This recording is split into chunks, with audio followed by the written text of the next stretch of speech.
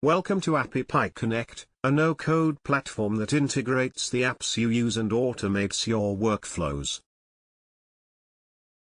In this video we will integrate Google Sheets with xzazu to automate workflows between the two apps. We will choose a trigger from Google Sheets and then an action from xzazu. Please watch the video till the end. Start by selecting Google Sheets as your trigger app.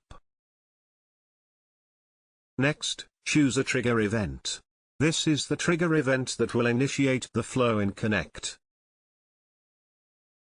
Select the one that will fit your needs.